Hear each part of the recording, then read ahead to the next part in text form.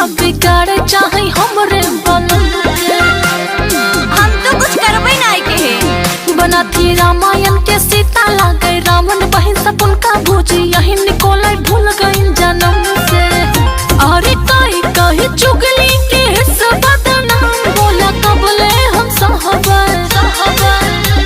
अरे हद में रहन नदिया हम हद में रहबे। अरे हद में रहन नदिया हम